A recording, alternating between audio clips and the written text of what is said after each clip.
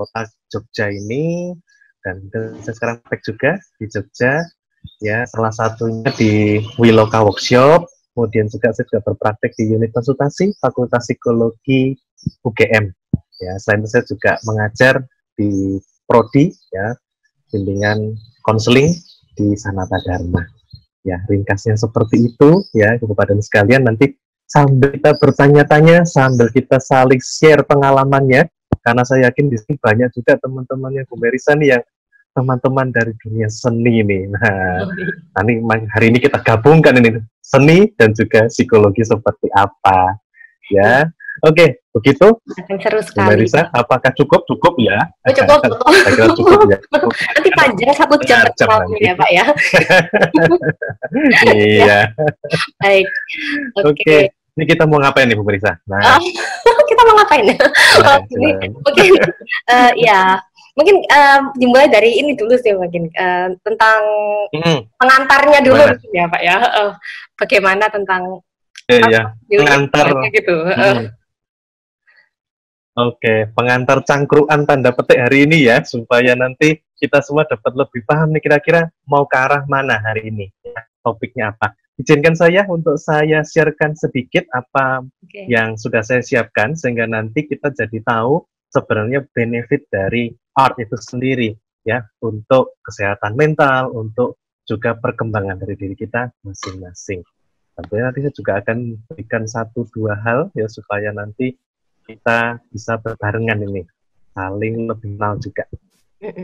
Bisa share? Oh iya, Bu Merisa minta tolong dijadikan co-host dulu. Lupa saya.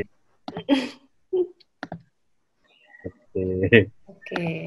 Sebagian partisipannya. Oke. Tuh, pas saya add. Iya. Baik. Jadi host. Oke, sudah munculkah di situ Ibu dan Bapak semuanya? Sudah ya, kalau demikian saya lanjutkan, saya presentkan di sini. Nah, di sini kemarin saya tanda petik ditodong ya sama Bu Merisa. Ini tolong bawain bagian ini. Nah, tentunya pada pertemuan Minggu siang hingga sore nanti, apa malam? Oh, sore aja ya. Besok mungkin ya. Banyak kegiatan yang besok, waduh, teler nanti ya. Banyak kegiatan dari kehidupan kita ini terkait dengan aktivitas seni, apapun itu bentuknya. Gimana kalau kita telusur ini, seni kok bisa ya dijadikan sebagai mata pencaharian, dijadikan juga sebagai kami, ya para psikolog, para psikoterapis, untuk membuatnya menjadi jalur, untuk membuatnya menjadi sebuah celah untuk perkembangan seorang juga. Nah, baik. Di depan layar Anda tentunya sudah nampak ada 1-2 gambar. Itu bukan karya saya ya. Tapi kalau ingat pelajaran sejarah ya, Ibu dan Bapak semuanya, kalau kita telusur lagi, ingat-ingat ya, mata pelajaran sejarah waktu di SMP ya, di SMA, bahkan kalau ada yang suka sejarah pun masih akan mempelajari hal ini dan juga mengenal gambar-gambar ini. Ya, ini saya ambil dari beberapa sumber. Nah, yang di kanan yang paling gede ada telapak tangan itu merupakan gambar ya di dinding gua yang ada di Sulawesi. Nah, yang di atasnya saya kurang tahu, tetapi yang jelas itu juga gambaran dari masa prasejarah. Nah, jadi kalau kita ingat, kita telusur lagi, ternyata sejarah ya, ternyata budaya itu sudah jauh sebelum ya masa kini dikenal oleh manusia, dan bahkan usianya yang di Sulawesi ini sekitar 40.000 tahun lamanya. Jadi dapat dikatakan bahwa nenek moyang kita zaman dulu kala, sebelum masuk zaman sejarah, sebelum kita mengenal tulisan untuk menyampaikan pesan ya, mempelajari bahasa, kita sudah kenal gambar-gambar, simbol-simbol ini untuk menyampaikan pikiran kita, menyampaikan perasaan kita, ya, bahkan untuk mengenang satu memori tertentu. Kalau yang di zaman dulu yang saya temukan juga di zaman prasejarah itu banyak juga gambar-gambar yang terkait dengan kehidupan masa lalu, ya, entah kehidupan sosialnya, entah kehidupan saat mereka berburu, itu digambarkan di bagian dinding tersebut. Menarik sekali.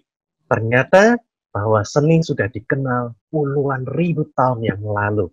Nah, untuk sementara yang cukup tua ya, yang 40.000 tahun itu ada di Sulawesi, juga ada di Kalimantan, juga ada temuan baru di tahun lalu.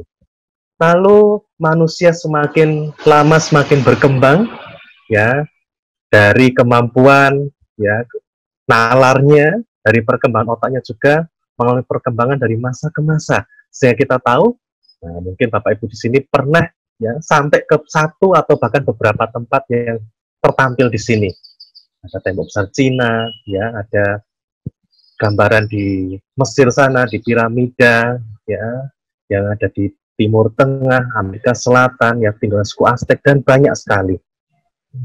Semuanya tertuang, semuanya muncul juga karena keinginan, ya, karena ekspresi orang dan dimunculkan dalam karya seninya, dalam karya tangannya.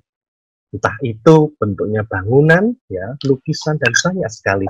Ini beberapa contoh bahwa peradaban manusia berkembang dari waktu ke waktu, dan itu pun ya, ditambahkan dengan kemampuannya, ditambahkan juga dengan seni yang dimiliki dari masanya.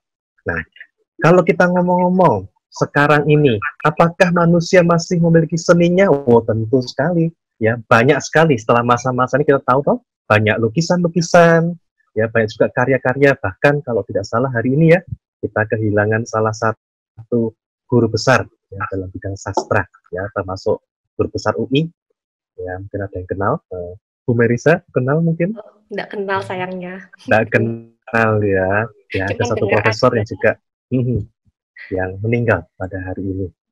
Nah, puisi, ya, tulisan, cerita, novel, goresan, apapun itu yang diwujudkan dalam diri seseorang adalah seni.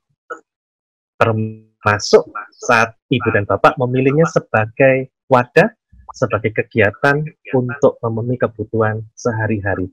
Apapun yang diwujudkan, apapun yang dituangkan sebagai hasil karya pemikiran kita sebagai manusia, sebagai hasil juga dari pemahaman kita, memaknai, ya, dan cara kita beremosi, itulah budaya, itulah seni, ya, tertumpahkan dalam bentuk apapun.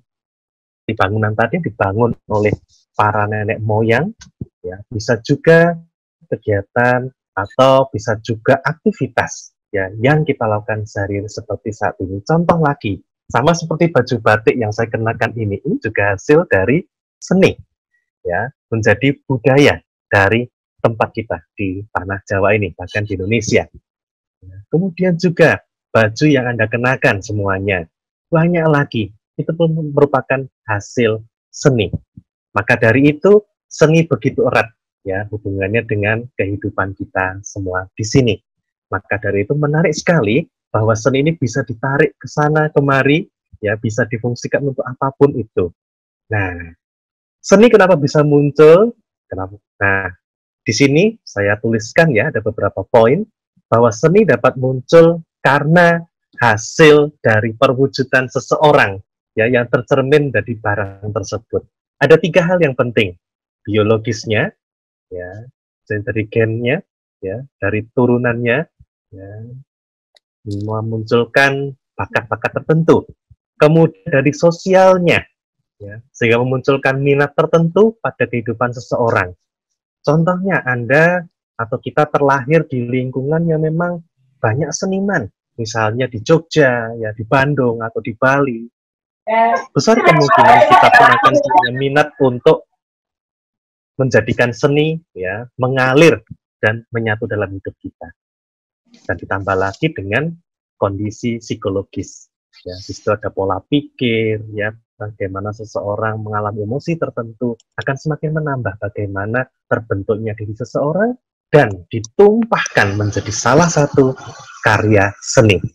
Karya seni seseorang merupakan wujud atau gambaran dari diri seseorang.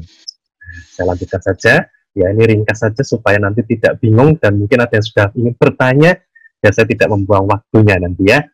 Nah, setelahnya di sini tertulis bahwa seseorang mempunyai sifat yang betul dinamis, ya, terus berupaya untuk berkeinginan dan memenuhinya. Karena diri kita terbentuk dari banyak hal, Ibu dan Bapak semuanya, akhirnya apa? Membuat kita, mendorong kita memiliki keinginan tertentu akan selalu perlu untuk dipenuhi. Dan sadar tidak sadar bahwa itu begitu yang dikenal dengan alam bawah sadar. Tentunya Bapak dan Ibu pernah tahu ya tentang alam bawah sadar. Nah, saya mengutip dari seorang ahli, ya, tokoh besar di sini namanya Carl Jung, ya, dia menyatakan bahwa bawah sadar manusia itu ada dua, di mana ada kolektif dan personal. Nah, kolektif inilah yang berasal dari nilai-nilai sosial, norma-norma yang ada di lingkungannya, terkait dengan budayanya, terkait dengan keyakinannya, dan lain sebagainya, yang itu akan menambah nantinya dorongan-dorongan yang dimiliki dan juga hasil karya seseorang. Kemudian yang personal, lebih bersifat ingatan-ingatan ya yang tidak sengaja tersimpan dalam memori seseorang. Itulah bawah sadar personal yang dimana punya saya, ya, punya Bu Merisa, punya Anda sekalian berbeda satu dengan yang lain.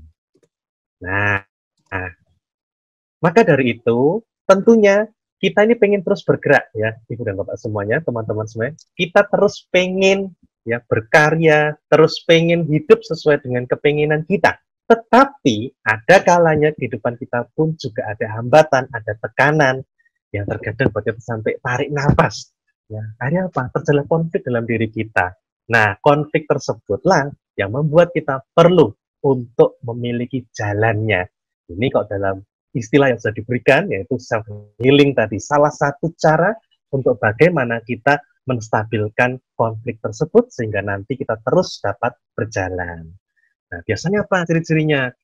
Kalau kita baru penat sekali, ya kita baru banyak sekali hal-hal yang ya dalam pikiran kita itu terus terngiang-ngiang. Satu, badan kita menjadi mudah lelah, ya. Kemudian apa? Pikiran kita penuh, ya. Perasaan kita nggak enak, sesek, gitu ya. Dan biasanya yang terakhir lagi adalah kendali diri kita menjadi berkurang. Bisa jadi temperamen, bisa jadi malah kebalikannya. Yang biasanya periang jadi diam sekali, ya, itulah kebalikan dari kendali diri yang berkurang tadi. Intinya terbawa oleh suasana dalam dirinya sendiri. Nah, itulah yang perlu nantinya kita semua lakukan, dan salah satunya adalah dengan seni tadi. Nah, nanti disembari Anda bertanya, saya rasa kita akan berikan kesempatan untuk kita semua bisa melakukan aktivitas kecil sehingga nanti semakin paham apa yang menjadi bahasan kali ini. Ya. Nah, oke. Nah, selain itu, seni ya sebagai wadah kita untuk menampilkan diri kita siapa, ya tentunya. Lah, kalau saya nggak punya masalah ya apa gitu kan? Bagaimana kalau saya tidak punya masalah? Tentunya kita dapat menggunakan seni tersebut untuk mengembangkan diri kita. Jadi tenang saja ya, rekan-rekan semuanya. Bukan berarti hari ini, aduh berarti saya semua ini punya masalah ini. Waduh, sudah masuk di kelasnya gimana? Tidak.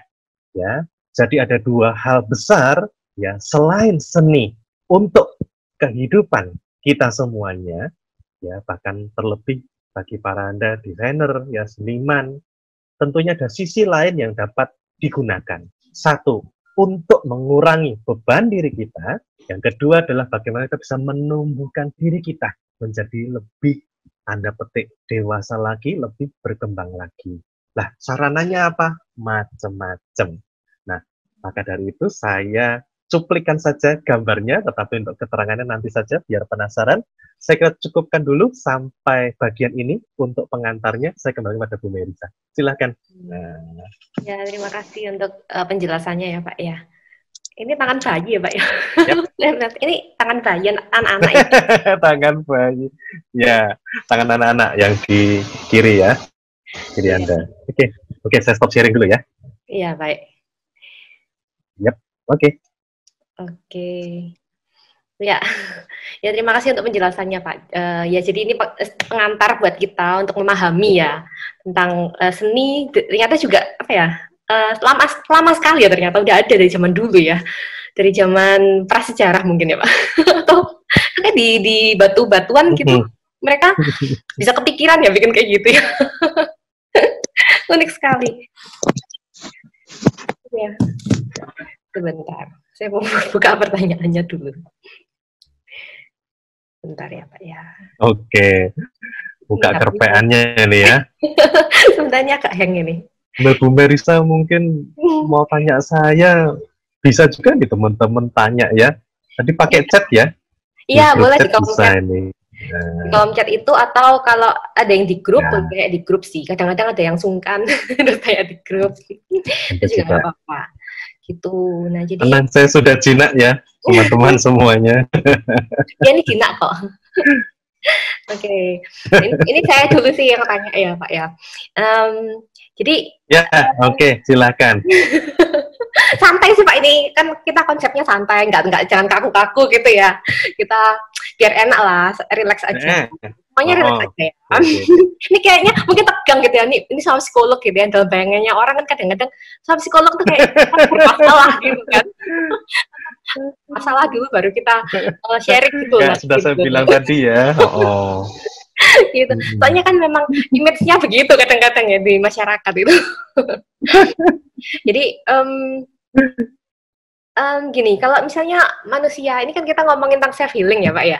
Nah, di mana itu asalnya tuh dari mana saja gitu. Jadi bisa dari dalam atau dari luar gitu ya kayaknya. Maksudnya sumbernya tuh bervariasi tiap orang kayak gitu. Nah, sebenarnya apakah kita memang harus menghilangkan itu? Maksudnya apa ya? Setelah kita memiliki sesuatu, entah luka batin apapun itu, apakah sebenarnya kita harus memahami luka batin kita itu apa dan kita harus mencari cara untuk menyelesaikan? Apakah seperti itu atau ya tidak aja kan? Karena kadang-kadang kan manusia tuh ya asal jalan lah hidup itu gitu ya. Nggak ngerti gitu loh, ternyata di dalam dirinya ada permasalahan seperti itu. Apa dampaknya sebetulnya Pak? Gitu. Ya. Oke, silakan Pak. Menjawab pertanyaannya Merisa nih ya, Bu Merisa. Saya mau ngajak teman-teman kita beraktivitas sebentar. Ya, saya akan mengambil sesuatu. Silahkan nanti Anda sekalian, ya sekitar 2 menit sangat cukup ya, 2-3 menit, mengambil satu barang, ya satu barang saja, nanti ditunjukkan di video atau kalau tidak bisa, kurang memungkinkan nanti di chat saja. Yaitu apa? Satu benda yang kira-kira merupakan cerminan diri Anda. Ya, tenang, saya tidak akan ngomong, wah ini nanti Anda orang gini-gini, tidak ada. Ya, saya pun juga mengambil barang punya saya. Oke? Ya, saya akan dulu videonya supaya tidak malu-malu. 3 menit lagi kita akan ketemu untuk kita saling share. Nanti saya akan mulai duluan. Ya, satu benda yang menggambarkan diri Anda, apapun itu. Oke? Ya, saya kembalikan ke Bu Merisa dulu. Ya. Iya, siap. Oke ya, teman-teman nggak usah sungkan. Kita hari ini santai sih acaranya ya. Jadi bukan mau mengorek-ngorek tentang diri kita, tapi kita lebih mengenali saja sih secara pribadi kita dan juga bisa mengenali juga dunia kita ini tentang seni ini ya. Jadi saya juga mengambil sih. Saya stop. Ya. Silakan diambil.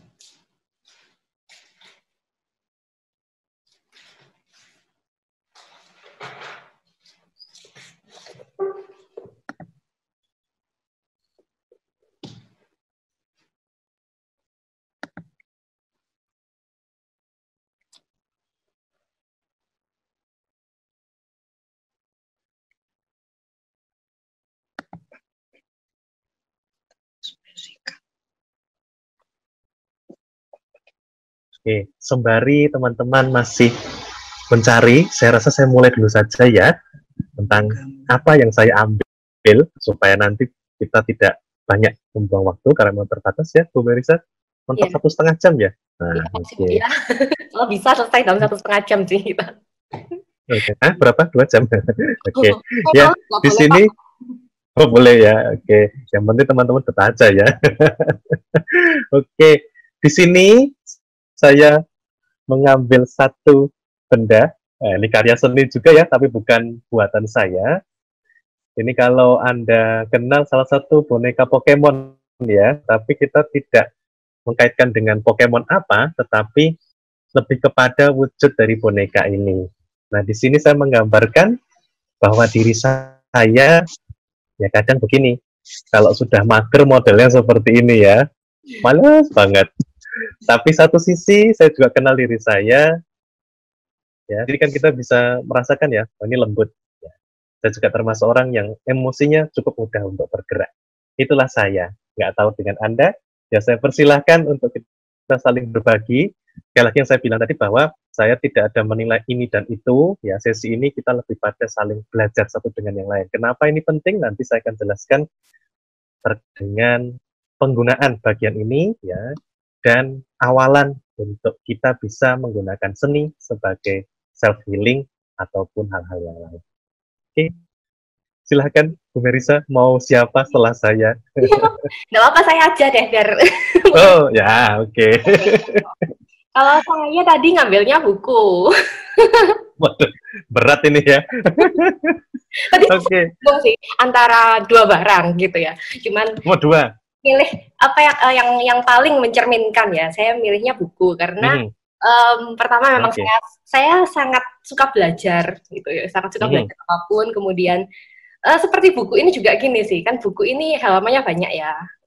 Halamannya sangat banyak dan tiap halaman tuh berbeda-beda gitu. Jadi kalau saya menilai orang itu nggak bisa menilai saya kalau nggak benar-benar mengenali saya. Jadi biasanya kalau orang baru kenal itu taunya saya orang yang mungkin tertutup lah atau mungkin tidak bisa dibaca pikirannya gitu ya. Tapi setelah mengenali saya akan bisa dibaca dengan mudah.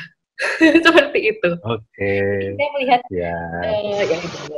Terus ini ada juga yang ada yang sharing di kolom chat sih. Jadi ada yang mengambil pulpen karena suka menulis gitu. Mungkin kalau teman-teman mau share nggak apa-apa loh. Boleh ditunjukkan. Ya, silahkan. Ya, kalau dari rekan Karin ini ambil pulpen karena suka menulis, berarti termasuk orang yang aktif ya dalam berkarya atau beraktivitas. Kalau dari Merisa mengambil buku, kadang orang sering salah sangka, tapi ternyata isinya begitu berwarna, tidak seperti pertemuan awal yang disampaikan oleh orang-orang. Nah, ada lagi mungkin satu dua yang ingin menyampaikan, bisa langsung buka audionya juga, saya persilahkan. Atau mungkin Merisa mau mendengar suara siapa? Mungkin ada yang kenal di sini. Mungkin Pak Daniel ya. Daniel, oke. Iya.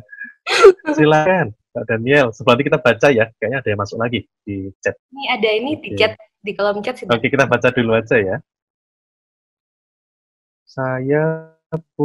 Saya milih sepeda. Waduh, ini jangan dibawa ke kamar ya. Karena kinetik yang saya punya dan saya senang membonceng untuk mengantar penumpang ke tempat yang itu atau memberi bantuan membawakan barang dengan keranjang di sepeda saya. Ya, baik, terima kasih. Ya, karena aktif dan juga cukup suka membantu orang ya. Saya refleks ambil HP. Wah, bisa ditambahkan ini.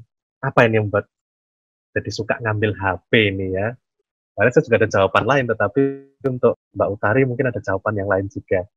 Oke, sambil menunggu Mbak Utari menambahkan, ada mungkin satu orang lagi yang ingin mengenalkan dirinya dengan hal yang sudah ada di tangannya.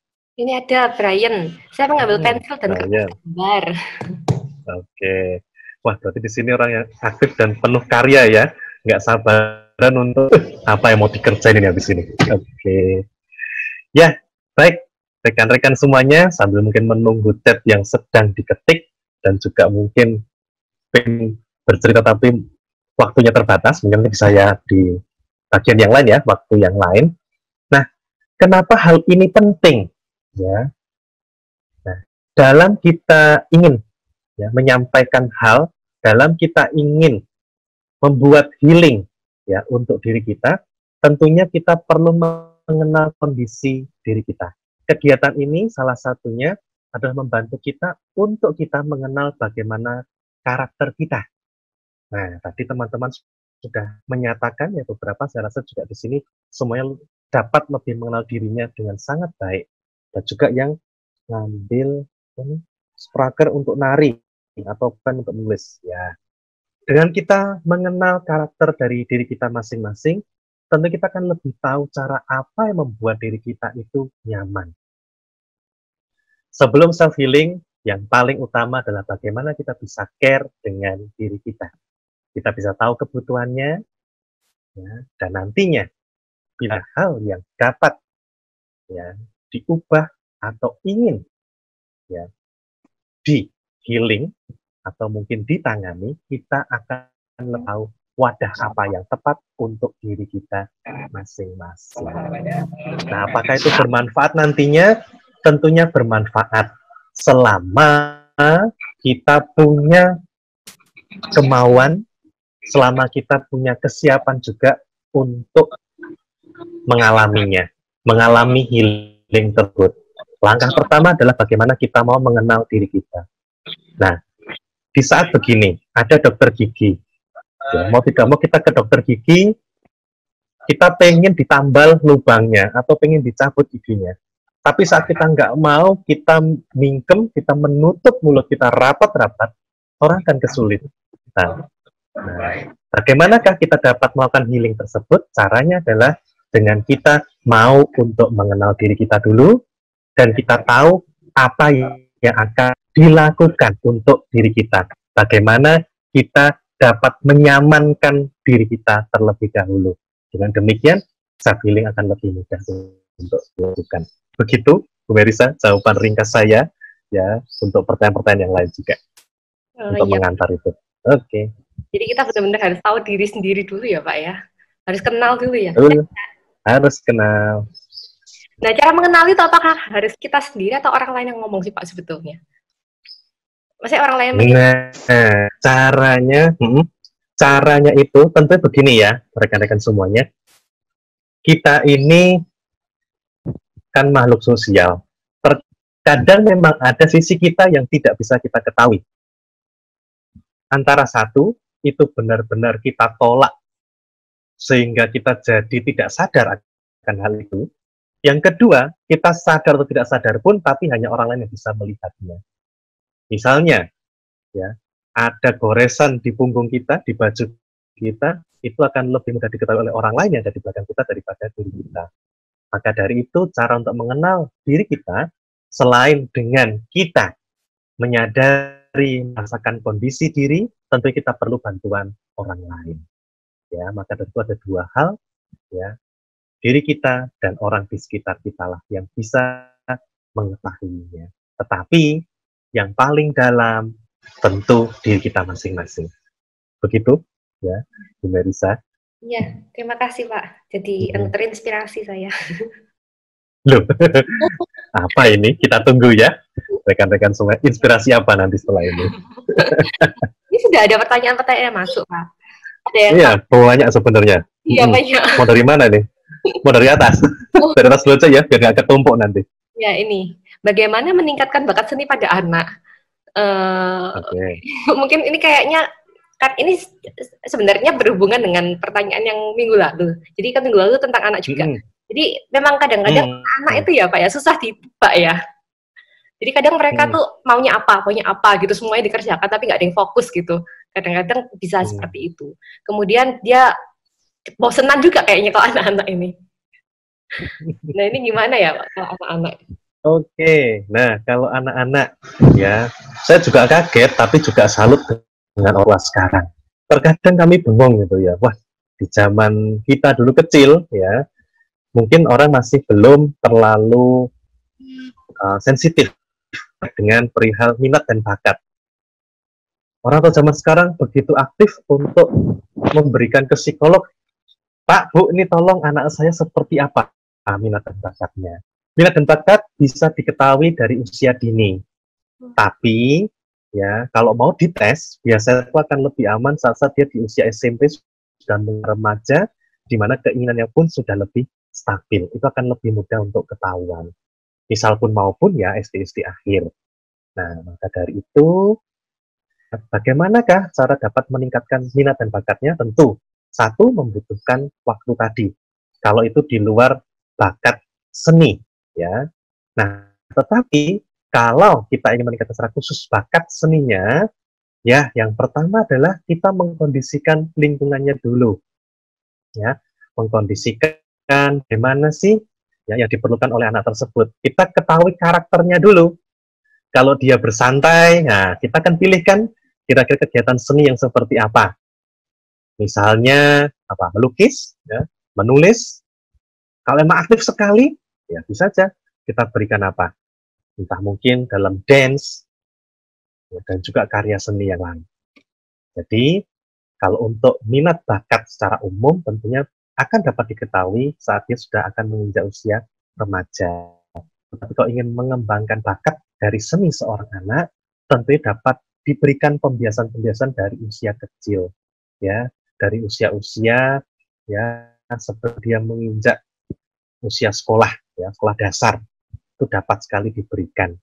Tapi kembali bahwa itu juga kita perlu mengetahui keinginan seorang anak itu sendiri, kecenderungannya seperti apa. Tentunya para orang tua sekalian akan lebih terasa, akan sangat peka sekali dengan keinginan seorang anak.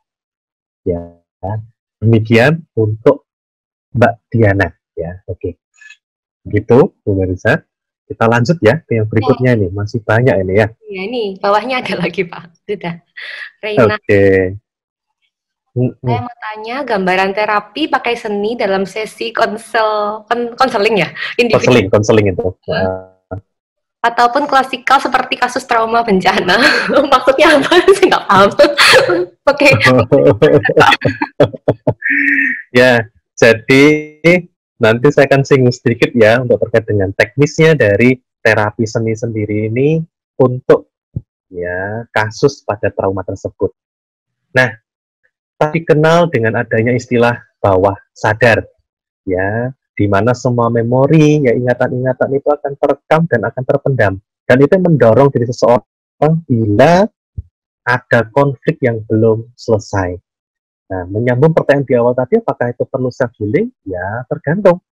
Ya, kalau sangat mengganggu dan orang sudah siap, ya saya rasa bisa dilakukan. Nah, untuk kasus trauma sendiri, trauma bencana, trauma mungkin apa, bencana yang dibuat, ya seperti perang, apakah bisa menggunakan art terapi ini? Bisa sekali, ya, sebagai wadah untuk pelepasan dari tegangan di dalam tubuh tadi.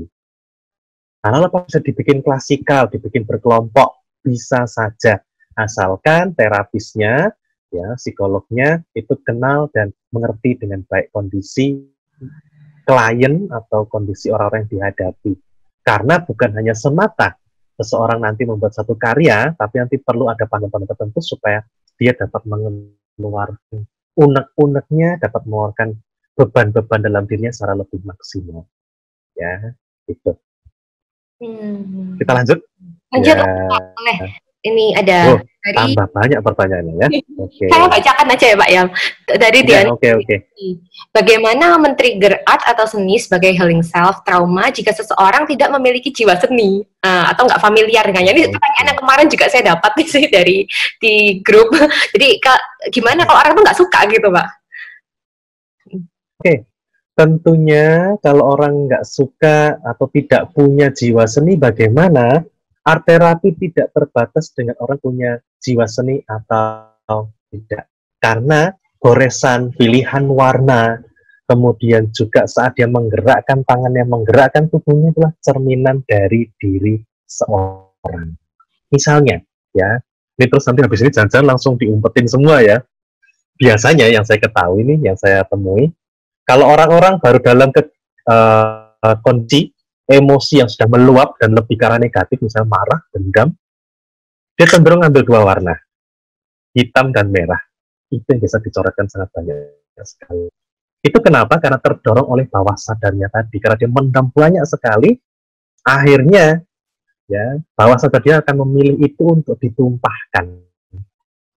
Nah, maka dari itu, orang pun walaupun tidak punya latar belakang atau jiwa seni, dia tetap dapat melakukan art terapi ini. Yang penting selama panduannya benar dan orang tersebut percaya, trust dengan kegiatan tersebut, maka art terapi bisa sangat membantu, ya, dan juga orang bisa mengungkapkan apa yang ingin diungkapkannya. Ya, demikian. Jadi tidak perlu harus membuat yang ini harus bagus, harus bagaimana. Karena biasanya art terapi itu punya step-step, punya langkah-langkah yang lebih fleksibel, sehingga orang pun yang tidak terbiasa, misalnya bermain tanah liat, ya, clay tadi, kemudian menggunakan warna apapun, dia akan tetap dapat melakukannya. Karena yang dipandu adalah bagaimana kita memunculkan tekanan yang ada dalam diri tadi, ya, sehingga rasa tidak bisa macam-macam akan kalah, ya. Biasanya akan lebih menonjol pengungkapan dari tekanan tersebut. Begitu ringkasnya ya, sehingga tidak masalah kalaupun tidak punya latar belakang atau jiwa seni. Oke, itu sudah cukup menjawab ya. Nanti kalau misalnya ada pertanyaan lebih lanjut, boleh ditanyakan di chat ya. Nah, silahkan, sudah 4 itu ya. Oke, kita lanjut. Kak Doris Roselin, Pak, bagaimana kita mengekspresikan marah, kecewa, sedih, dan lain-lain, semua hal-hal yang negatif itu ke dalam gambar. Nah, jadi setelah itu bagaimana kita mengevaluasi gambar tersebut untuk proses healing? Seperti itu. Oke. Ya, sangat teknis sekali. Jadi begini, ya, rekan-rekan semuanya, yang pertama saya perlu sampaikan adalah terapi ini biasanya akan dipandu oleh seorang terapis, oleh seorang psikolog yang terbiasa menggunakan ini, atau seorang psikoterapis, ya, konselor yang biasa memang berkecimpung dalam dunia ini. Mengapa demikian? Karena kalau sampai ya kondisi konfliknya itu sangat kuat sekali, ada loh yang sekali gambar itu bisa lemes atau mungkin jadi tremor satu badan. Karena apa? Ya tadi, emosi yang meluap-luap yang sudah tertahan sangat lama sekali. Maka dari itu, bila Anda mengalami kondisi yang tidak enak, tentunya harus dibantu oleh profesional. Maka syarat pertama tadi untuk melakukan terapi ini adalah bagaimana kita mengenal diri kita, ya, karakter seperti apa. Kemudian yang kedua, kondisi dari psikologis kita maupun fisik kita. Nah, lalu menyambung pertanyaan tadi, bagaimana kita bisa mengekspresikannya? Bisa saja dengan gambar, ya silakan saja. Katanya Anda boleh menggambar bebas, misalnya terkait dengan keseharian yang Anda jalani. Oh, hari ini saya ke mana? Ke Matos misalnya, kalau di Malang ya. Ya, Olimpik ya sekarang ya, Olimpik. Atau mungkin mall lain ya, saya nggak tahu, terlalu update ya. Nah, mungkin digambarkan di situ, ketemu siapa dan sebagainya, itu bisa-bisa saja. Ya, itu dapat menjadi bahan, sarana untuk kita menyalurkan emosi, pengalaman-pengalaman kita dalam gambar tersebut. Namun, saat Anda mencoret-coretkan itu, bila sudah sangat tidak nyaman, saya anjurkan untuk tidak menggunakan art terapi yang seperti demikian. Nanti ada teknik lain, ya. Karena kalau terlalu kondisinya itu tidak nyaman sekali, kalau diteruskan, ya kalau tidak ada bantuan orang lain nanti akan dapat ini cukup berisiko bila dijalani. Oke, bentar saya mau bertanya dulu. Berarti kalau untuk kondisi art terapi ini, kalau kita nggak terlalu parah, kita bisa lakukan sendiri ya, Pak ya? Berarti kalau parah kan berarti harus bisa aja. Harus ya. Nah, karena saya memang pernah lihat sendiri, saya pernah handle itu kan, waktu itu dia mencoretkan itu langsung gemeter semua satu badan, tangannya pun juga. Ya. Gitu. Itu kalau dilakukan di rumah mungkin ya saya nggak tahu ya, wajib harus ada orang yang mendampingi, seorang profesional yang mendampingi.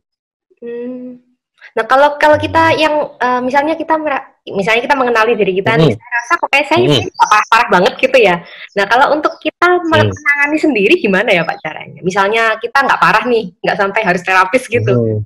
Itu apa? Oke. Ciri-cirinya tadi ada 3 indikasi tadi.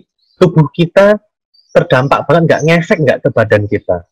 Kalau badan itu udah lemes, nggak enak badan, padahal kita nggak sakit apa-apa, berarti sudah mempengaruhi fisik kita.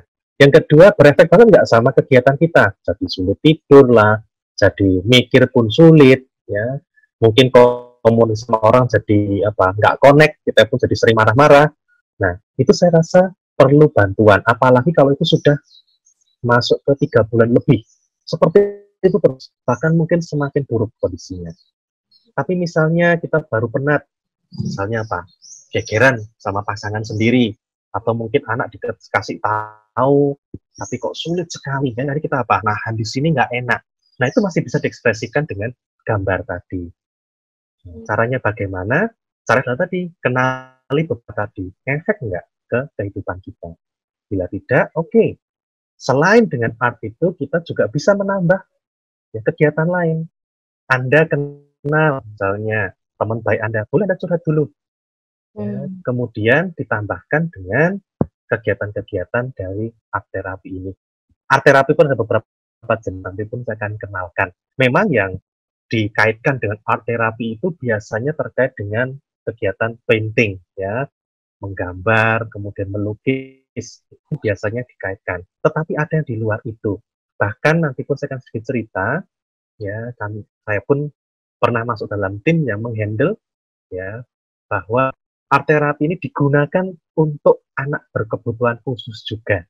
Ya, art terapi begitu luar biasa, tetapi tentunya perlu dampingan dan perlu jalur yang tepat. Nah, kalau untuk dilakukan secara pribadi, kembali tadi, harus kita melihat kondisi kita, yang pertama itu. Yang kedua, dibarengi dengan yang lain.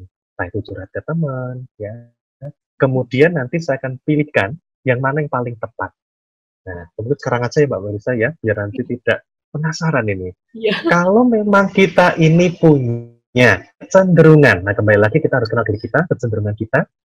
Kalau kita ini sekali marah, sekali ingin melampiaskan emosi kita, ya, dongkolnya hati ini, kalau bisa sangat meledak, maka dianjurkan untuk menggunakan bahan-bahan yang kering, ya. Contohnya apa? Pensil warna, krayon, ya. Jadi yang pucuknya itu kecil, sehingga kita masih bisa terarah untuk mengerjakan hal tersebut, dan diri kita pun tidak terpancing untuk melampiaskan semuanya.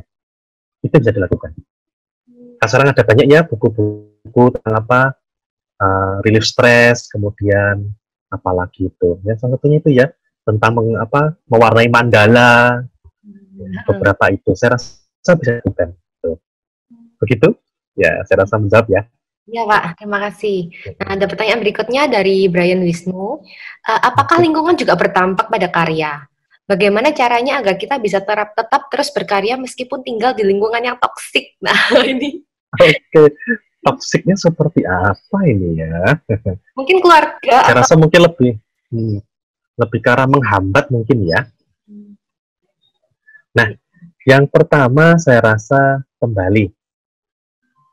Karya itu kan juga didukung dari kondisi psikologis kita. Nah, bila Anda merasa terganggu, mungkin bisa dikondisikan. Ya, Anda berpindah tempat saat Anda berkarya. Misalnya, mungkin Anda bisa saja berkumpul di rumah teman, tapi mengerjakan karya Anda itu. Ya, yang pertama. Yang kedua, bisa juga Anda mengganti dengan media yang lain, supaya Anda pun tetap dapat mengerjakannya dengan tepat. Misalnya, kalau Anda dengan menggambar secara fisik atau melukis, wah, pada nggak setuju nih.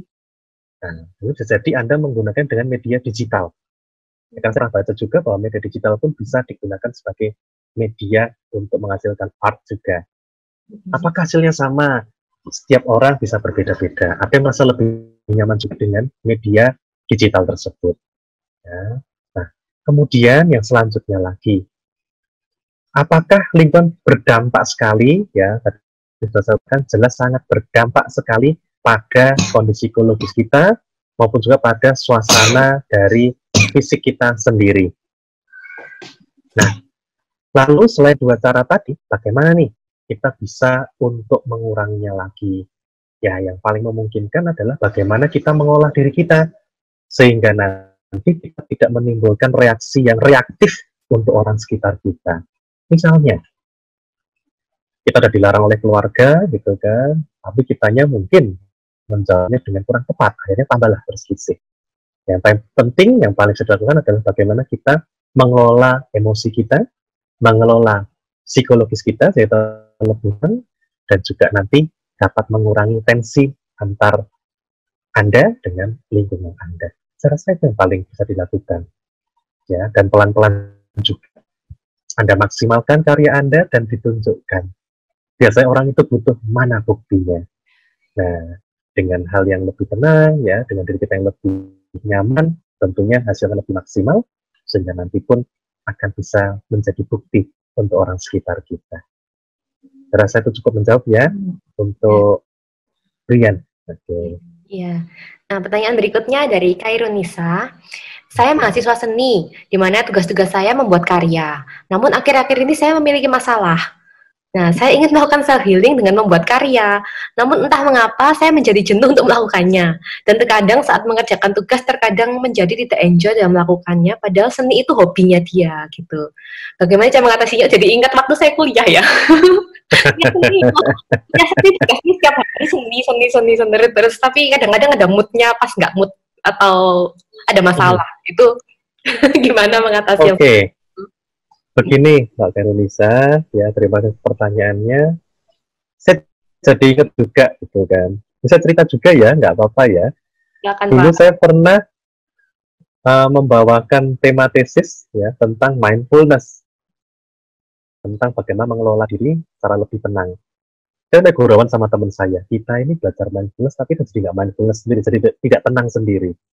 Karena apa? Sama seperti yang Anda jalani sekarang, seni itu diasosiasikan dengan tugas-tugas Anda.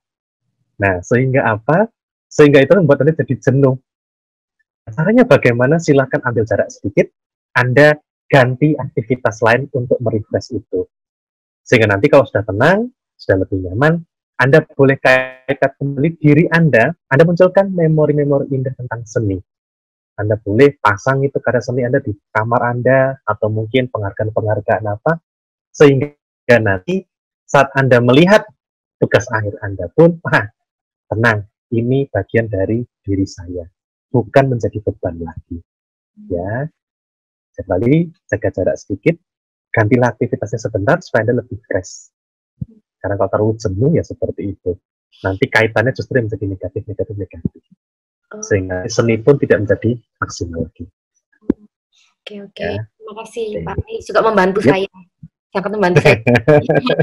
Ya, kita semua bisa jenuh, manusia bisa jenuh, tenang saja. Iya. Oke, ini pertanyaan berikutnya dari Pak Daniel ini. Salam juga Pak. Nah. Yo, salam bos. Ayo. Kondisi COVID sekarang membuat tekanan mental bagi penderita COVID yang terkonfirmasi. Juga untuk penderita yang telah sembuh. Bagaimana cara menghilangkan stigma negatif masyarakat serta membangkitkan mentalitas penderita COVID yang telah sembuh? Ini dari Pak Dokter ya, jadi dia bertanya tentang ini. Ya, ini gimana jawabannya ya Pak? Wah, urusan dengan netizen ini repot ya. Tadi pun dengan keluarga, ya kalau keluarga atau lingkungan sekitar mungkin dapat dibuktikan dengan hasil karya kita. Tapi kalau dengan masalah COVID seperti ini, ya, orang takut ya untuk mendapati kondisi demikian. Sehingga yang muncul adalah apa? Cercaan, ya, cibiran. Supaya apa? Secara tidak langsung hal itu sebenarnya merupakan pertahanan diri, ya, secara bawah sadarnya. Supaya apa? Supaya dapat terhindar dari orang-orang yang dirasa merusak kenyamanannya. Dia merasa insecure, sehingga yang terjadi adalah perlakuan kasar. Perlakuan kasar adalah apa? Bentuk ketakutan dari seseorang. Nah, caranya untuk dapat kita mengatasinya, tentunya kita perlu mengedukasi namun dengan hal-hal yang menarik. Hal menarik seperti apa? Misalnya, mungkin ya dengan dapat berwenang atau dinas dan lain sebagainya dapat membuat video misalnya untuk edukasi masyarakat dengan menggunakan tokoh lokal yang berpengaruh yang mungkin membuat suasana jadi lucu.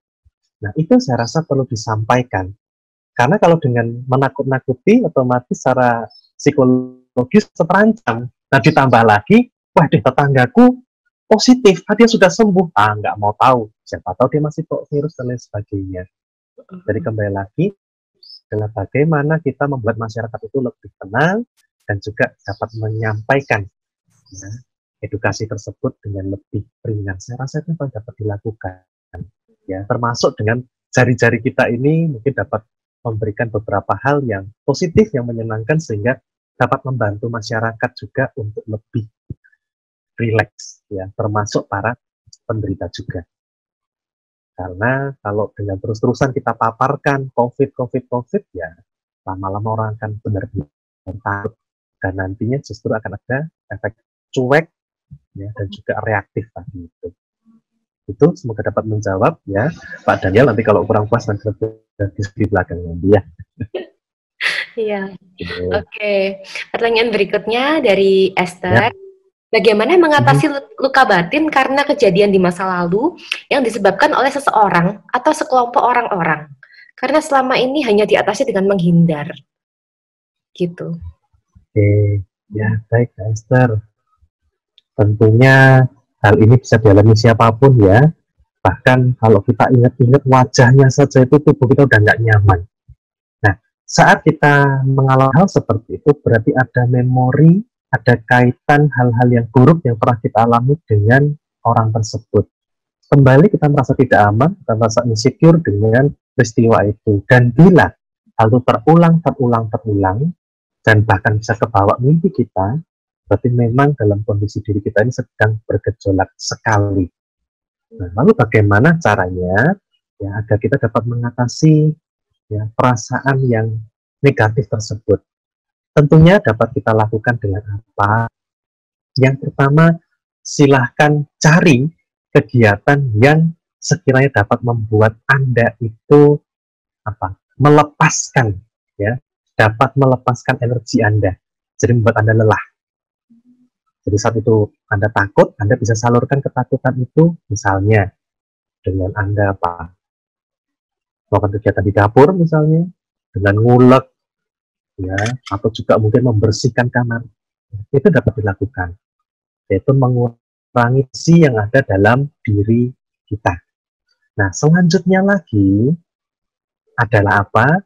Adalah Anda coba, ya, ini saya rasa cukup aman, Anda boleh munculkan 1-2 benda yang berkaitan dengan mereka.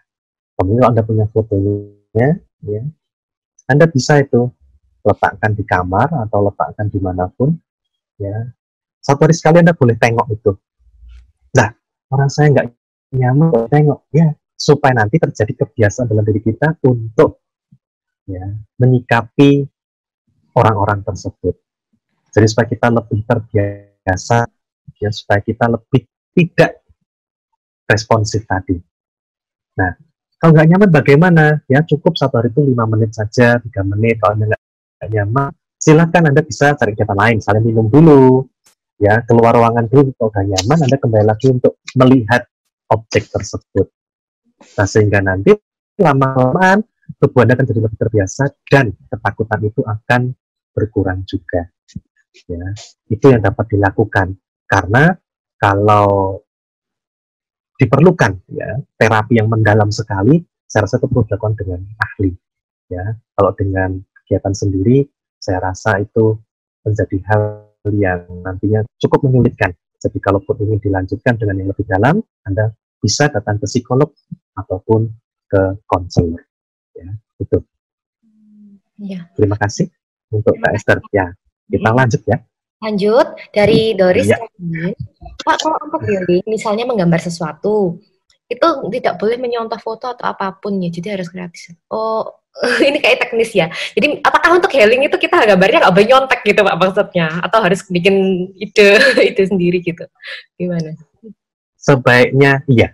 Sebaiknya sesuai dengan fantasi kita, sesuai dengan kehendak tangan ini. Ya. Gitu. Karena kalau dengan kita mencontek, otomatis kita hanya mengkopas dan nanti membuat apa yang ingin kita salurkan di situ menjadi terhenti. Gitu saja. Tapi kembali, gitu ya? Saya ingatkan patokannya tadi. Gimana? Kayak mengeluarkan apa yang ada di dalam pemikiran gitu ya Pak ya? Gitu. Yes. Tapi kembali lagi, lihat kondisi dirinya masing-masing ya. Kalau memang tidak sanggup dan perlu dibantu ahli, silahkan segera dihubungi. Baik. Terima kasih untuk jawabannya. Selanjutnya dari Mei Fatimah, apakah ada pengaruh antara pemilihan media dalam menyalurkan emosi yang kita alami? misalnya dengan musik, gambar, gerakan itu berbeda-beda gitu. Jadi medianya ini Pak. Ada. Jadi setiap orang itu kan punya kecerdasannya masing-masing. Ada yang memang cerdas secara kinestetik, ya, maka dia akan mudah untuk mempelajari hal yang bersifatnya gerakan. Kemudian juga ada yang cerdasnya yaitu dalam audionya. Dia mudah untuk membedakan suara, sehingga nanti pilihannya pun tentunya ditambah lagi dengan nilai sosialnya ya. Mungkin dulu pernah contoh saya ya, saya pun juga dulu suka ngikutin Didi Kempot ini ya. Nah, itu juga ada yang lain suka apa, itu pun akan saling menyatu, kemudian mempengaruhi dari tes yang kita punya untuk memilih media tertentu. Jadi tadi, karena sudah bakatannya, kemudian minat yang dipengaruhi oleh lingkungan tersebut.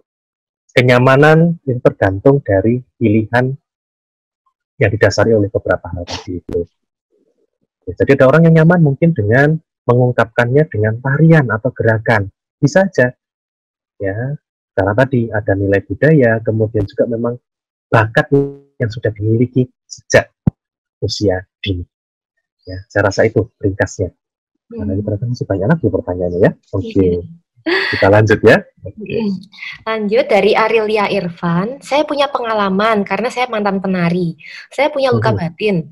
Saya pernah melakukan gerakan tari, tetapi nggak nyaman karena nari pun harus dengan tenaga. Saya alihkan ke journaling atau art journaling. Dalam seni akan membantu mengatasinya dalam jangka waktu lama.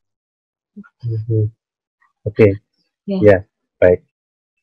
Nah, tadi kembali ya, bahwa seperti kasus yang di awal ya, saat kita punya kegiatan tertentu yang itu merupakan aktivitas kita sehari-hari, kenapa sih kok ternyata justru tidak membantu? Ya, karena mungkin satu, itu sudah menjadi rutinitas kita, sehingga efek terapeutiknya kurang maksimal. Yang pertama.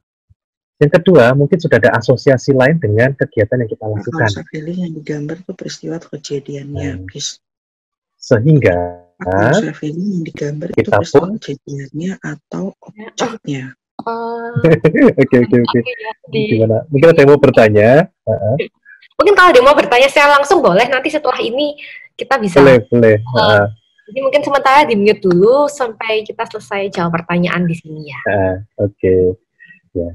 Nah, kemudian baik sekali ya tadi Arilia Irfan mengalihkannya dengan hal yang lain seperti journaling ya, menulis ataupun kegiatan-kegiatan yang lain. Kembali intinya adalah bagaimana membuat kita lebih fresh ya, sehingga nanti pun aktivitas yang kita lakukan sehari-hari dapat terasa nyaman kembali untuk diri kita.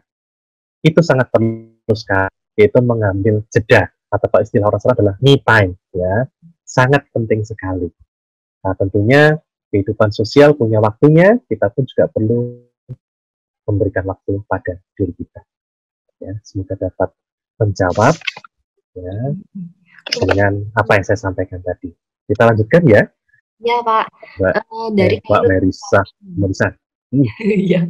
Bagaimanakah self healing dalam seni akan membantu mengatasi dalam jangka waktu yang lama? Oke. Tadi kan mungkin penjelasannya untuk waktu yang singkat ya. Ini kalau jangka waktu lama seperti apa Pak? Jangka waktu lama, saya dulu ingat waktu saya jadi psikolog muda itu pernah handle satu anak.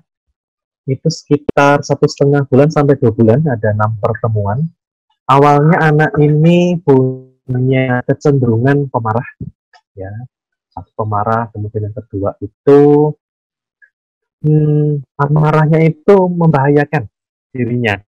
Waktu ayahnya bawa dia pakai mobil di tengah jalan, dia marah mungkin berani buka pintu, untung nggak kenapa-napa.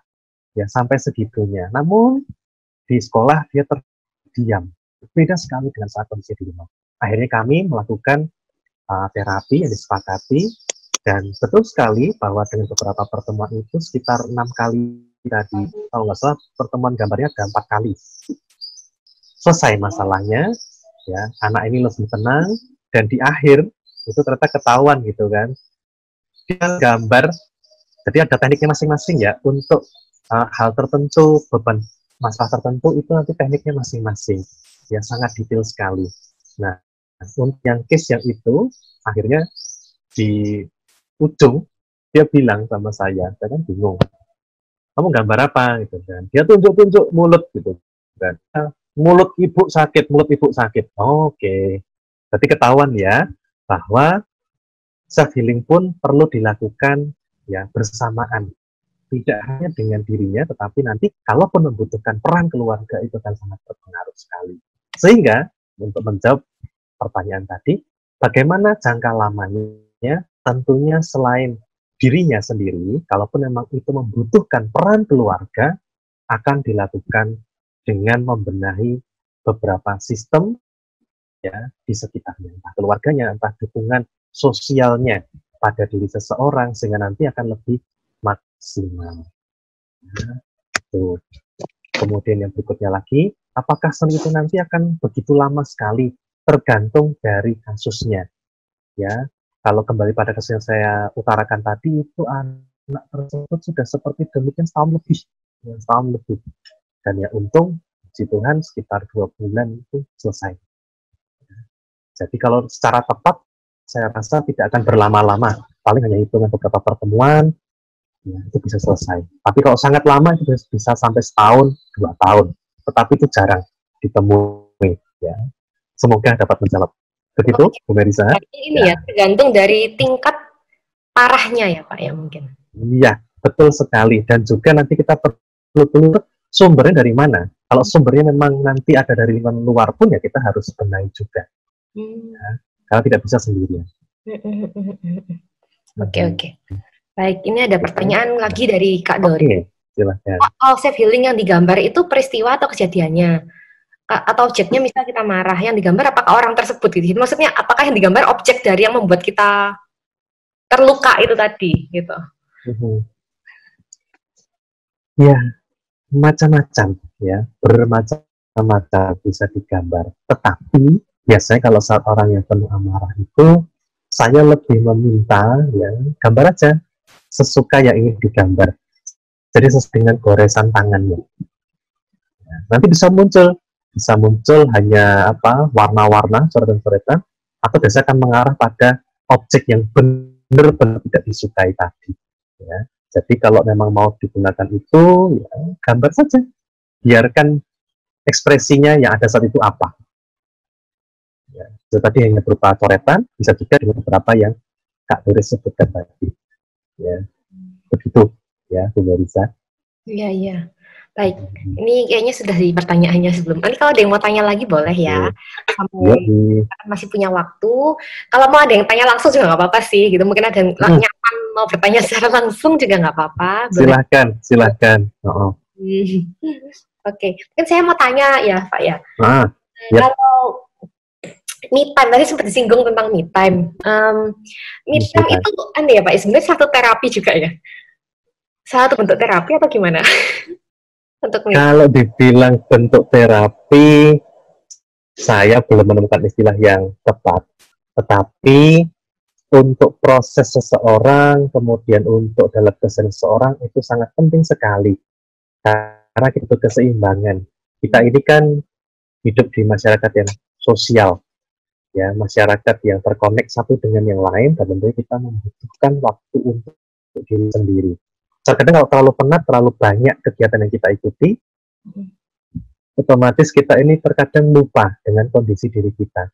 Nah, me time tadi itulah yang fungsinya untuk membuat kita membuat kita lebih kenal diri kita, menyadari, oh saya sekarang begini ya, saya baru nggak enak badan, saya baru kok capek ya, banyak pikiran dan lain sebagainya. Nah, ini waktu untuk rehat sebenarnya, ya. Karena kalau saya memperumpamakan, biasanya laptop aja itu di off-in, apalagi tubuh kita. Iya. Oke, ini nyambung dengan pertanyaan saya ini. Karena kan kalau kami ya di Miracle ini kan memang kursus dan kita mengajari. Otomatis kita pasti bertemu dengan orang-orang yang dia entah dia suka atau dia hobi atau mungkin dia bakat gitu Pak. Jadi mungkin ada yang bakat disuruh orang tuanya gitu ya. Nah, kadang-kadang kita menemukan murid-murid itu yang di tengah jalan terus ogah-ogahan gitu loh. Jadi sebetulnya dia tuh suka gitu, entah dia tuh bakatnya juga bagus, tapi terus tiba-tiba muncul gitu kan, tiba-tiba kok tengah jalan malas gitu, atau tiba-tiba meliburkan diri seminggu. Sama pernah seperti itu. Nah, kira-kira ya Pak ya, kalau kita sebagai pengajar ini kita melakukan apa gitu? Karena kan kita orang luar ya. Kita orang luar, apakah yang bisa kita bantu kepada mereka? Orang-orang tadi ini. Ya, Bu Merisa, kalau boleh kayaknya berapa kisaran muridnya itu? Yang apa? Gimana Pak? Muridnya kira-kira umur berapa? Yang seperti itu biasanya. Kan usia kuliah ke bawah memang yang seperti itu. Kuliah ke bawah, ya. Jadi kembali, Ibu dan Bapak, rekan-rekan semuanya, memang remaja itu begitu atraktif, begitu aktif, ya. Dan juga, ya jadi seperti demikian. Ya, karena ledakan hormon, kemudian kan itu masa perkembangan banget ya. Dan dia mencari identitas dirinya, sehingga kan mudah untuk sensitif. Dan mudah sekali terpengaruh oleh lingkungannya. Misalnya udah mau berangkat les itu, tapi mungkin mamanya, papanya bilang, kamu Ban, udah dilesin berulang kali kok hasilnya kayak begitu. Nah, drop lagi, akhirnya dia ogah-ogahan. Nah, cara yang paling baik adalah apa? Tentunya, karena kita sebagai seorang pengajar, ya, memang kita perlu membatasi ya, bahwa itu kan dalam ranah kursus. Tetapi kalau untuk mendekati, saya rasa dengan memberikan kegiatan yang cukup santai, entah mungkin games dan lain sebagainya, sehingga memberikan jeda dia untuk bisa kembali ke masa kini. Karena terkadang gitu, kalau sudah ogah-ogah nanti dianya kepikirannya yang itu aja masalahnya. Sehingga perlu di-refresh. Nah, kalau hati bisa di-refresh, orang pun bisa di-refresh. Jadi dengan kegiatan ataupun hal yang berbeda, sehingga nanti dia lebih tenang, nah baru dilanjutin. Itu paling simpel. Cara berikutnya lagi, mungkin kalau berkenan ya, didengarkan. Untuk berkenan, kita dengarkan tanda petik curhatan dari anak tersebut. Itu juga baik. Iya Pak. Terima kasih untuk masukannya. Ini ada satu pertanyaan lagi. Nanti ada yang mau tanya langsung ya Pak setelah ini ya. Oh ya, oke. Apakah healing dengan gambar?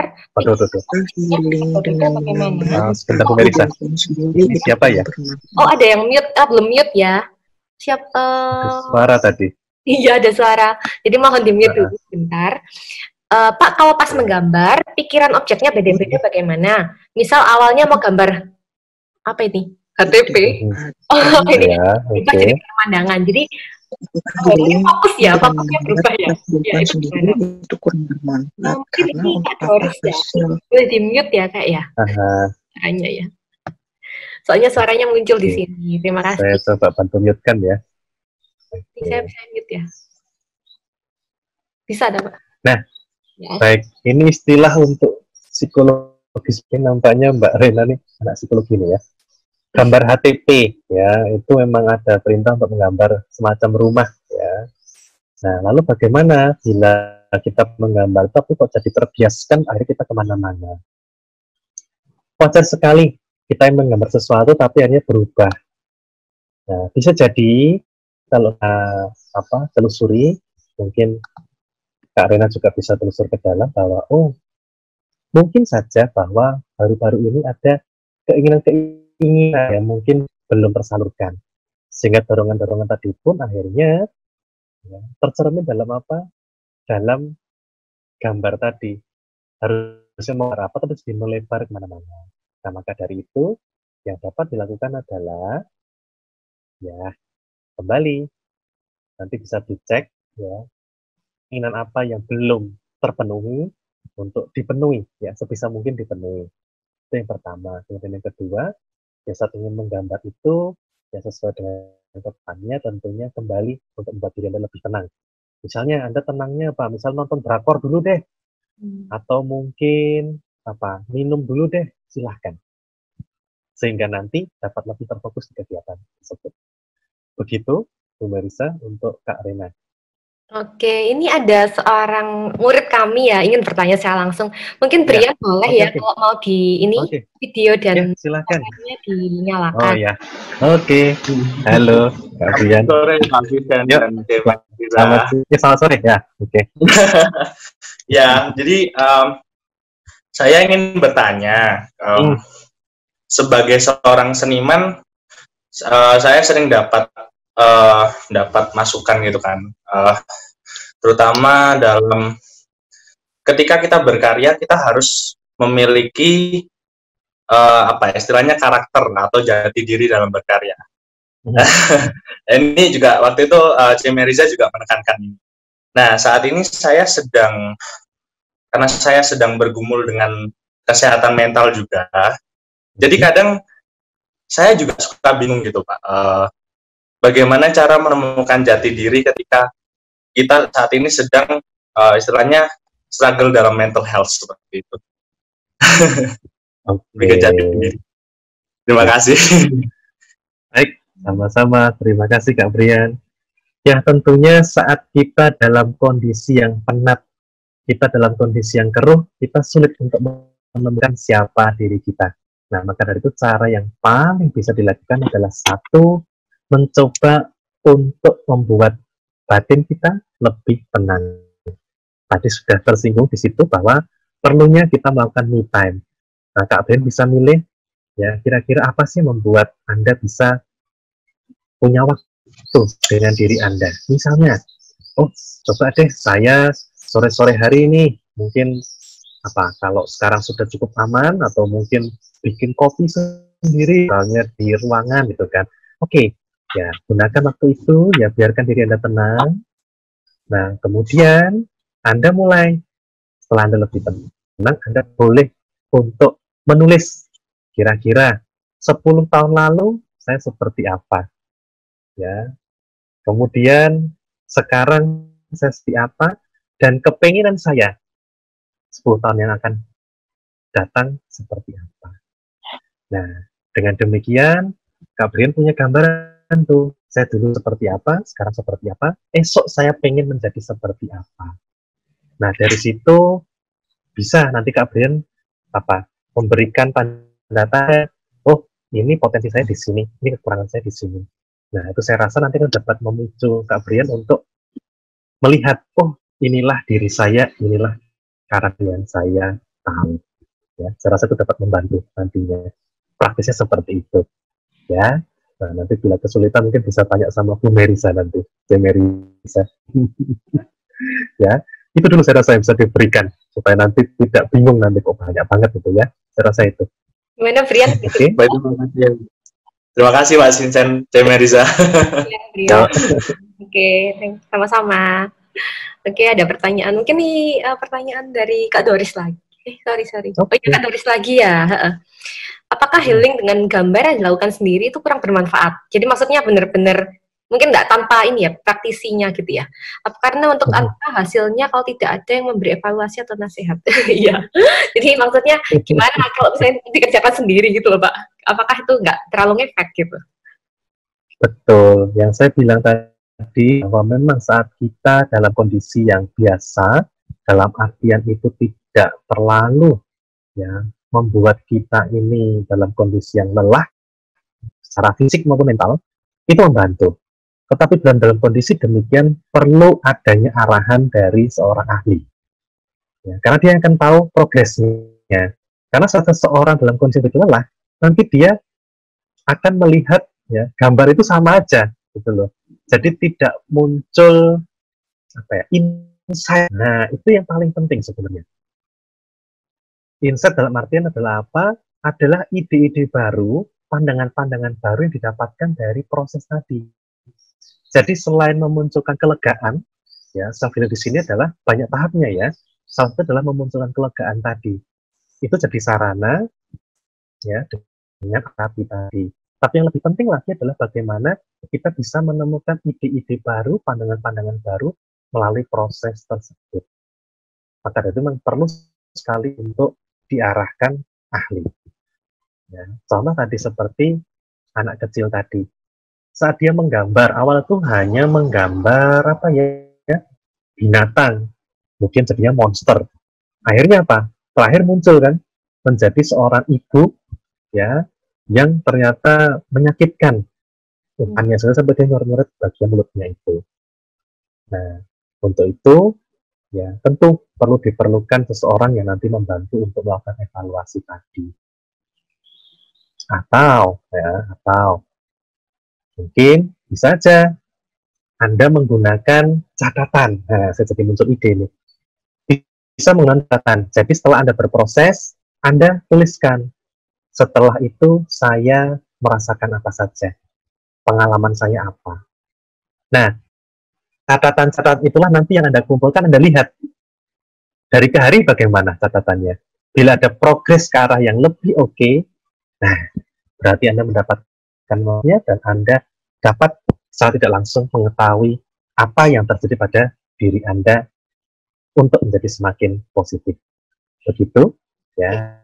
Saya mau menangkap silakan. Hanya Kak Doris ini, progresnya itu dalam bentuk apa Pak? Apakah gambarnya, bukan gambar, mungkin gambar ya, kita ngomong gambarnya semakin bagus, ataukah mungkin kesannya atau gimana? Maksudnya kita pengen lebih ke catatan tadi.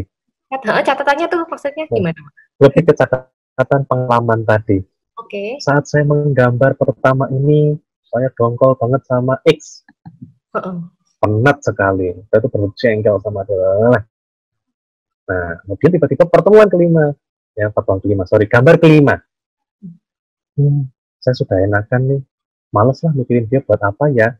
Ternyata jengkel sama dia itu cuma bikin capek saya. Saya justru dapat manfaatnya. Saya bisa deh ngerjakan sesuatu yang lain daripada yang menunggu dia saja. Nah, seperti itu ya, Bu Marisa. Jadi ada hal yang didapatkan, hal baru, ya pengalaman baru dari proses tadi. Oke. Jadi catatannya sebenarnya yang paling utama. Oke, jadi lebih ke perasaannya ya Pak, maksudnya perasaan. Ya, pengalaman, perasaannya. Betul. Ya itu mungkin yang dimaksud tadi dari pertanyaannya ya. Jadi gimana caranya melakukan sendiri gitu ya. Iya. Yep. Baik. Ini ada pertanyaan lagi, tapi kayaknya ini ya Pak ya, cukup teknis banget ya. Cara memilih konsultan psikologis bagaimana? Ada teknik psikoanalisis, art humanistic behavior gitu. Ya, begini. Langsung juga dengan teknis ya. Jadi kami ini kan sekarang ya punya ikatan, namanya Ikatan Psikolog Klinis IPK. Nah, itu ada satu webnya. Anda bisa masukkan nama atau mencari psikolog yang ahli di bidang tertentu. Itu yang pertama. Ya, saat Anda sudah menemukan. Kemudian, yang berikutnya lagi, kira-kira saya cocok yang mana ya? Dengan karakter psikolog yang seperti apa? Kembali pada masalah yang ingin diutarakan. Nah, saat masalah kita lebih kepada ya hal-hal yang bermuatan secara emosional, cocok banget untuk dengan humanistik ya maupun psikoanalisa. Psikoanalisa itulah salah satu basic yang digunakan sebagai landasan dari teori art ini ya teman-teman sekalian. Kalau behavior ini biasanya lebih ke arah perilaku yang sudah berubah dari biasanya dan untuk dikembalikan itu dengan terapi keperilakuan atau behavioristik itu tadi. Ringkasnya seperti itu ya, Kak Arena. Semoga menjawab. Iya, terima kasih sekali. Kayaknya sudah menjawab semua pertanyaan sih. Pertanyaan saya juga tadi ya Pak ya. Tapi berarti saya jadi dapat insight-nya kalau kita mau melakukan self healing itu berarti ya memang ya Pak ya. Berarti perasaannya ini yang harus terus berubah ya tiap hari. Jadi bukan masalah progres gambarnya ya. Bukan masalah gambarnya bagus atau jadi beda. Selama kita mendapatkan hal positif, pandangan yang lebih terbuka, kemudian emosi yang lebih positif, itulah berarti progres dari yang kita lakukan tadi. Oke. Baik. Ya. Nah, kemudian karena penuh habis juga ya waktunya, saya berikan juga sedikit tambahan bahwa art terapi tadi beragam. Ya. Tadi saya menyarankan bahwa baiknya ya menggunakan yang ujungnya itu kecil, ya, entah krayon atau sebagainya, pulpen, pensil, ya, kemudian pensil warna, itu baik sekali untuk menyalurkan diri Anda melalui art terapi ini. Nah, lalu berikutnya, bila mana kita pengen mengekspresikan diri kita supaya kita dapat lebih lepas dan kita mendapatkan satu fantasi tertentu untuk karya kita, bagaimana cara meningkatkannya? Tentunya Anda bisa menggunakan beberapa kegiatan tadi, seperti apa dengan clay tadi atau dengan malam. Ya, Anda bisa bermain dan membuat telapak tangan Anda penuh dan menempel di objek tersebut. Nah, saraf-saraf di tangan kitanya kan merangsang bagian otak kita juga untuk bekerja lebih maksimal. Sehingga nanti secara emosional dapat lebih muncul, dan saya rasa pun pikiran-pikiran pun akan dapat muncul juga, terbantu dengan aktivitas itu.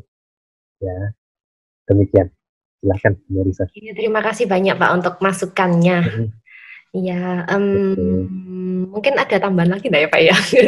Sebelum saya, mungkin karena mungkin secara apa ya, saran atau apa buat kita. Karena kan kalau kami di bidang fashion ya khususnya ya, itu memang kan kita ada desain. Nah, desainnya yang mungkin nyambung dengan tadi yang Bapak cerita tentang menggambar itu.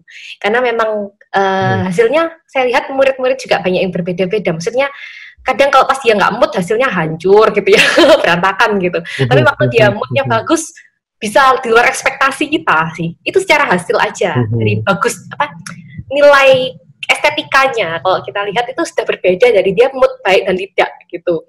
Jadi dari situ. Kemudian oke. Terus kemudian kalau di bidang jahit ya mungkin kayak tadi Bapak cerita bagaimana tangan kita penuh ya, itu ngefek gak sih? Apakah ngefek? Maksudnya ngefek. Tetapi kalau menjahit itu kan lebih ke arah hal yang sudah terpolakan ya, dan tidak bisa sembarangan. Saya rasa menjahit itu akan membuat kita, melatih kita lebih ke arah konsentrasinya.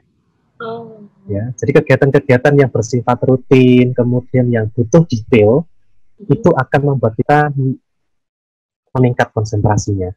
Termasuk dengan tadi, kalau Anda lihat di slide saya terakhir, adalah kita membuat kolase, ya, tumpukan gambar dan lain sebagainya. Itu kan melatih kita untuk sen.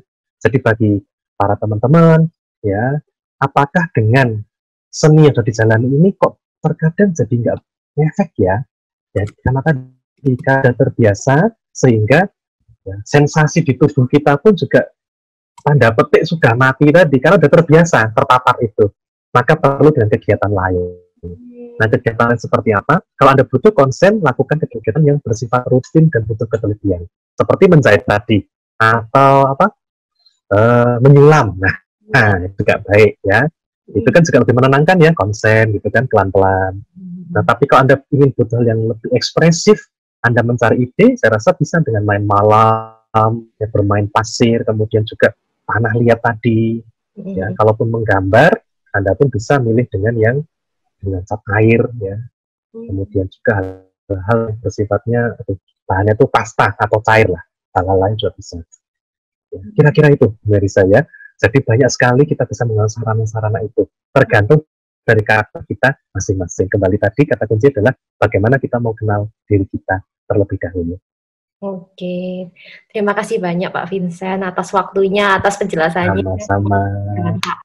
Buat kita semua ya. Jadi maaf juga sudah ini ya.